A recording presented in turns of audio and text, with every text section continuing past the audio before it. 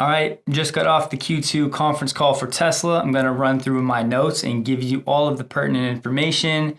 Elon started off thanking everybody. He did mention the auto industry overall was down 30% year over year, but Tesla was up despite the circumstances. One of the big announcements was Gigafactory Texas is official. It's going to be 15 minutes from downtown Austin. It'll be on 2,000 acres on the Colorado River.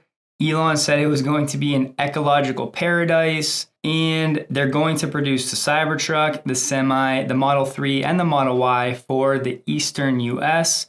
It will be open to the public, and then they're going to probably produce the Roadster in Fremont. Elon did mention that they will most likely make a compact vehicle at some point.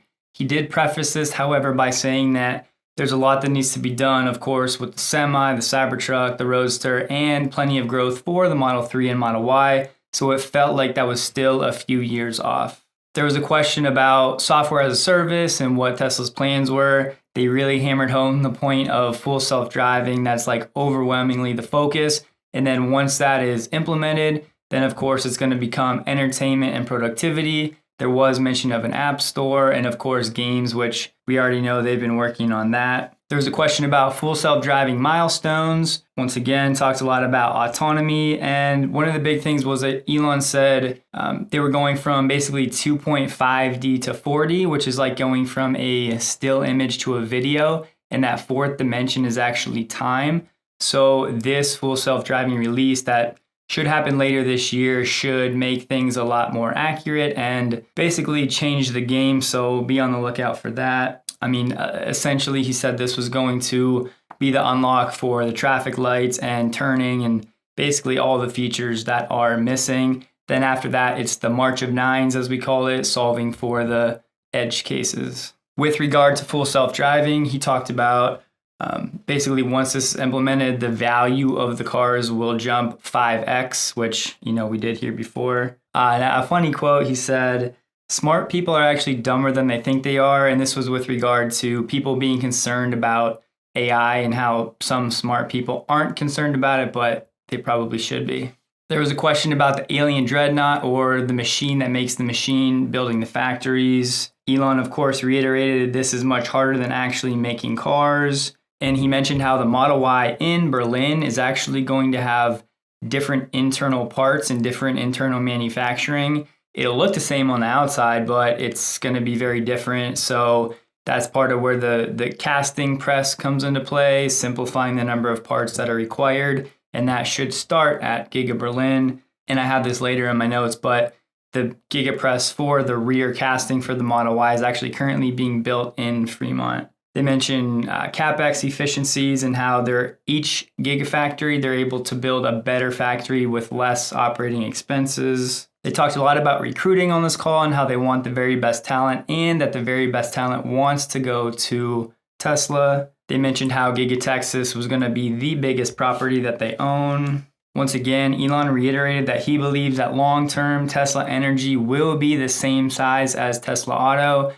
His reasoning for this was that the energy industry is actually bigger than the auto industry. So of course now they're supply and employee constrained, but in the future, hopefully that will change. There was talk of the semi-production. The first few units will be used by Tesla to deliver more vehicles. It's going to be in the Fremont to Reno run. They said that's great for testing. And then further than that, the next batch of units will be for longtime customers that have been supportive of Tesla. Elon talked about the LFP or the iron phosphate batteries being like one supply arm, and then the other one is high nickel batteries. He did say the high nickel batteries would be needed, and of course in the Semi, but because of all of their efficiencies elsewhere, they're able to use the LFP batteries in China in the Model 3 and still achieve close to a 300-mile EPA range. Being able to use this LFP supply chain will free up more capacity of the high nickel batteries for the Semi and most likely the Roadster. Elon went on a little rant about needing more nickel. He basically gave a shout out to mining companies and told them don't wait for the price of nickel to go back up. If they can mine a bunch of nickel ethically, that Tesla will give them a huge long-term contract. So obviously nickel is part of a constraint when it comes to battery production capacity. Elon said that a US EPA range of 300 miles should be the new normal going forward, and that's what people should expect. There was a question on insurance and why it's only in California, to which they responded they're working on basically a version 2 of the insurance, which will include the telematics. So that's going to give you all of the information and the data, and that will be what Tesla can use to provide quotes per user, per driver in the car profile. So rather than releasing the first version to other states quickly, they decided to stay in California, work on the version 2 telematics, and then their plan is to release that to the rest of the country later this year. It should be in the hands of the regulatory agencies. So be on the lookout for Tesla insurance in more states. And this will be obviously another competitive advantage because they'll be able to notify the driver how they can save money on their insurance premiums by, telling them if they're driving too fast or too reckless or what have you. So once again, the accuracy of the data is the most important part of that feature. Elon again said the number one thing he wants to take away from the call to be was talent, that they want the best talent to work at Tesla, and that they basically already have the best talent wanting to work at Tesla. He reiterated the recruiting push. So for the recruiting push, he talked a lot about the nickel mining. He wanted revolutionary actuaries for the Tesla insurance revolution. And once again, talked about the manufacturing revolution, how long-term that is actually Tesla's biggest advantage, is continuing to innovate in the manufacturing space. There were some gross margin questions, and to which they responded, there's been progress in China despite the pricing actions. Giga Shanghai is not fully ramped.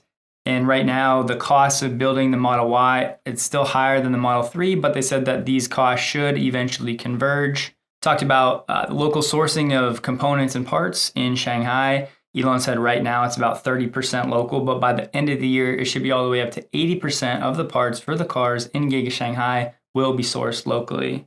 And they talked about how the suppliers in China are like the most competitive and the most eager to supply Tesla, and they're seeing similar things for Giga Berlin. So that's great when it comes to cost competitiveness and efficiencies. Zach Kirkhorn reiterated that the regulatory credits are not sustainable. They don't build that into any of their margin projections.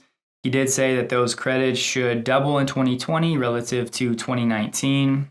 Elon jumped in and said that obviously, U.S. buyers are getting $0 in tax credit incentives, while other automakers are still getting up to $7,500 per car. And they touched a lot on just the continuing to drive down operating costs and that being a huge focus. Zach added that they're focused on low teens operating margins with the opportunity, of course, to continue to drive that higher. But Elon added that their overall focus is to have slight profitability while maximizing the growth and maximizing the affordability of the cars. He said he was frustrated because Tesla cars are still not as affordable as they need to be. So yes, of course, they want to be profitable, but that's not the ultimate focus. There was a question about the demand in the near term. Elon basically laughed and said demand is not the issue. The issue, of course, is with regard to supply chain.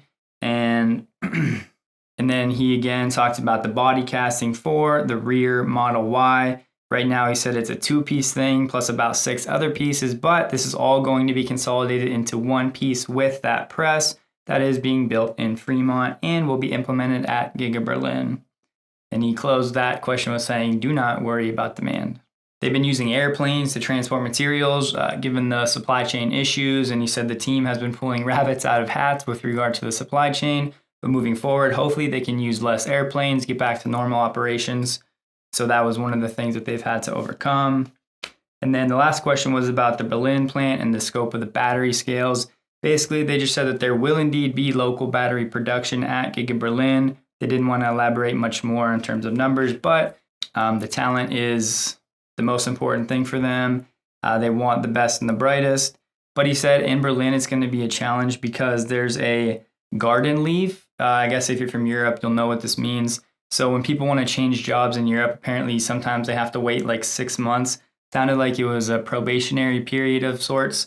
So that kind of is a problem for them to get new talent.